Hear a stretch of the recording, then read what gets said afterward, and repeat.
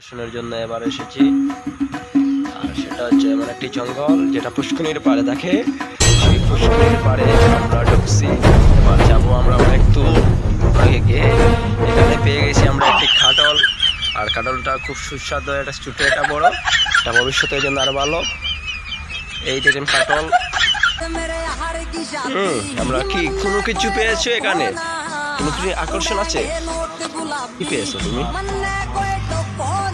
এটা মাছ, এটা আমি তো দেখতে মাছ তুলতে পারবো না। এটা তো পাগল আকর্ষণ হয়ে দিব। মাছ ছোট ছোট বেশি তোরা এই তো নয়। এই তো মাছ মিলছে।